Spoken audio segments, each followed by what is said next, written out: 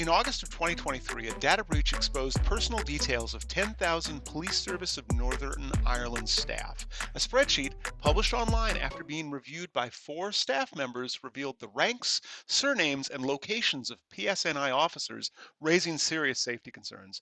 Mediation in December will decide damages, and compensation could hit £240 million, with an added £750,000 ICO fine.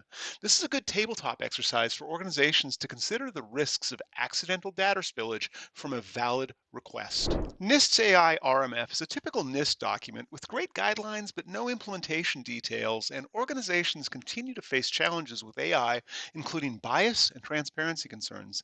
The IEEE USA AI Policy Committee recently introduced a maturity model based on NIST's framework. It provides a flexible questionnaire and scoring system that offers insights into AI governance, guiding continuous improvement for responsible AI development.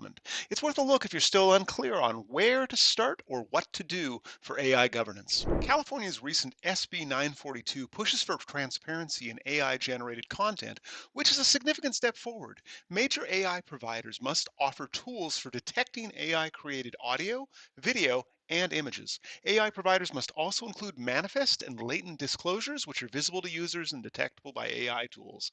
While this may help increase trust, adversarial nations and criminal groups will probably ignore this law and continue to exploit AI for information warfare. Earlier this year, HUD dropped a bombshell requirement that FHA-approved mortgagees report potential cyber incidents in 12 hours, which I thought was a joke at first. In their most recent draft ML, they've extended the reporting timeline from 12 hours to 36 hours, which is more in line with the practices of banks that may have similar reporting windows for cyber incidents.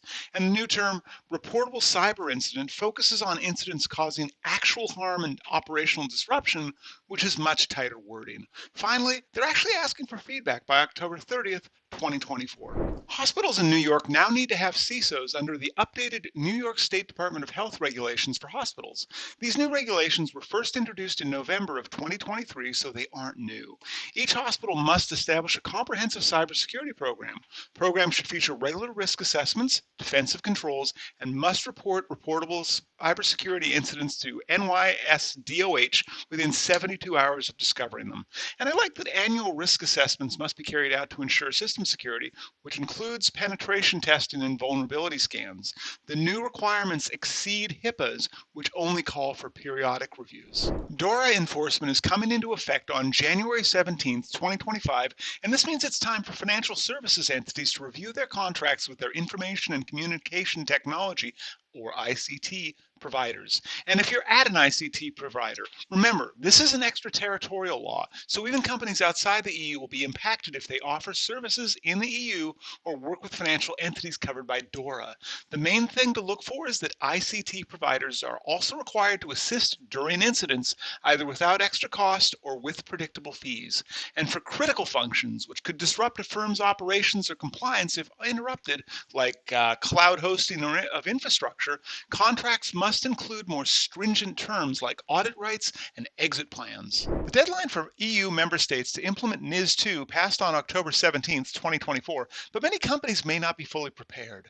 NIS2 imposes stricter cybersecurity controls on sectors like energy and health, though only Belgium, Croatia, Greece, Hungary, Latvia, and Lithuania have adopted NIS2 in their national laws. Compliance programs might struggle to meet this patchwork of requirements in the EU, and supply chain security will remain a significant challenge for organizations adapting to the new rules. Under the Cyber Incident Reporting for Critical Infrastructure Act, companies in key sectors must report cyber incidents to CISA within 72 hours of identifying the issue. Paid a ransom? That's 24 hours. As the Department of Homeland Security finalizes the rules for enforcement by 2026, large businesses and critical sectors should start preparing their reporting plans and data retention strategies. The good news is that companies have some runway to reuse their existing controls and reporting procedures. Now that CMMC 2.0 is approved, defense contractors must be prepared to submit their SPURS scores when seeking contract awards that require CMMC Level 2 compliance. These scores reflect implementation of NIST 871 Rev 2 controls. Historically, defense contractors have struggled with only 4% fully prepared for certification and an average SPURS score of -12, according to a recent report. That's disappointing, given that they've had at least since 2020, when CMMC was first announced. I'll be talking about this on an upcoming webinar with Sempersec on November 13th. Pieces Technology settled with the Texas AG over deceptive marketing claims about its AI tools used in hospitals. The company had overstated the accuracy of its AI, risking patient safety. Moving forward, Pieces must ensure transparent disclosures and stop misleading marketing. Had they clearly communicated product limitations and risks from the start, they might have avoided regulatory scrutiny. However, this also means companies must also consider state AI laws in the United States, which is like our complicated privacy law situation. The SEC settled this week with 4 companies over misleading disclosures related to the 2020 SolarWinds breach. Unisys, Avaya, Checkpoint, and Mimecast were fined for failing to accurately report the breach's impact, despite knowing about significant data theft. Moving forward, companies must provide clear, detailed disclosures about cybersecurity incidents. Vague or incomplete statements can lead to civil penalties and damage investor trust, and it looks like the SEC is going to lean into cybersecurity disclosure accuracy based on their 2025 examination priorities. NYDFS's updated Part 500 cybersecurity regulations, effective November 1st, 2024, require stronger governance and accountability from financial institutions. CISOs must now report directly to senior leadership and oversee risk management. Encryption of non-public information in transit is mandatory, and annual testing of incident response plans is required. However, NYDFS's recent guidance letter on AI, while not a hard requirement, encourages firms to manage AI-related risks through existing cybersecurity controls like access management and encryption.